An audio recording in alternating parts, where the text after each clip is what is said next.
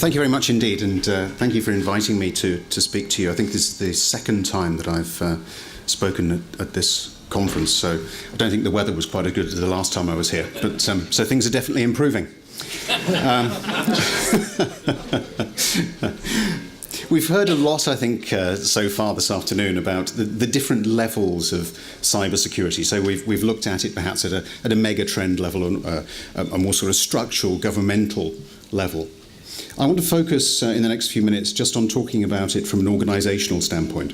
So I want to really home in on some of the challenges that organisations face, and I want to offer up as well some potential solutions that are taken from not me having dreamt them up, I have to come clean, from our membership, which is, as you heard, a global membership stretching from New Zealand right the way across to the Americas, made up of primarily the Fortune and the Forbes companies, all concerned about issues of information security and cyber risk and cyber security management. So if you like what I'm saying, then of course they're my ideas. If you don't, then it's the membership, and what can I do? So every organisation understands it's facing challenges today. What are those particular challenges? Well, if I were to pull out four in particular that relate to 2017, the sorts of things that are keeping our members up at night, the first would have to be the Internet of Things. What do I mean by that?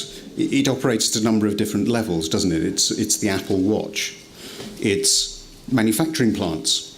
I could tell you about an ISF member whose manufacturing plant suddenly burst into life during a shutdown because somebody hadn't done the right thing, and one of the devices suddenly thought that because a certain button had been pressed, it was due for it to come to life. Anybody who works in a manufacturing environment knows how dangerous that can be. So the Internet of Things, I think, is becoming very much all-pervasive. We don't frankly know how to deal with it. Let's be realistic, we've got no clue. Why? Because most of those devices were never designed with security in mind. Never at all. I remember having conversations when smart metering was being talked about the level of security associated with that. I got blank stares. Security for people implementing smart meters is all about where is the meter going to be located. I remember a water company saying to me, Steve, the reality of security as far as a smart meter is concerned is we don't want to put it next to the shower. Gaining access to the premise is the key challenge. So Internet of Things is up there. The second is the cyber criminal. I think 2 years ago I described cybercrime as being entrepreneurial businesses. Today, well, they've matured. They're no longer startups. They are large corporations. They are very, very effective at communicating globally. They share, they collaborate. We heard a lot about collaboration, the need for it. We can take some lessons, certainly, from the way in which cyber criminals do that. They're very happy to outsource. If you have a skill in a certain part of the world, no problem at all. They're happy to commoditize in terms of the way in which they will provide you with services. So cybercrime has taken a quantum leap, and we should expect it to do so. The impact it will have on organizations means we have to be prepared. The third element that is keeping people up at night is obviously that of regulation. Not so much GDPR, although there is a certain amount of work associated with that.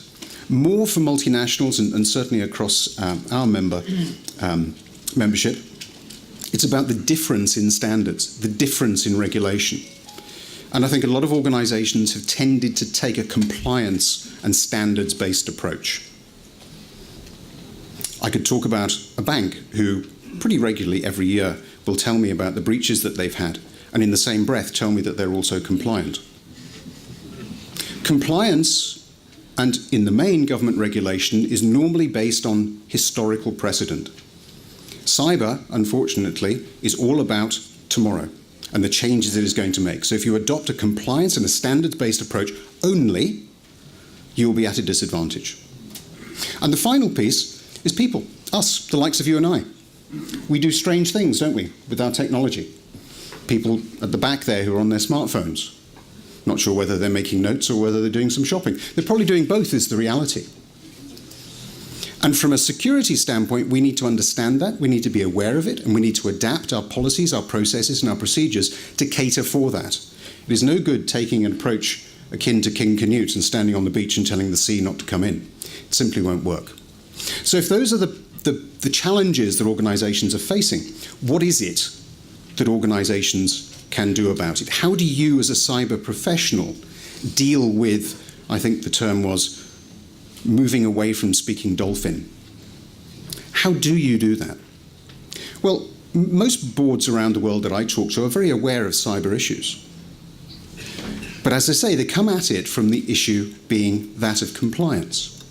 Compliance, and I used to work for Ernst & Young, so I'm allowed to say this, compliance is a cost.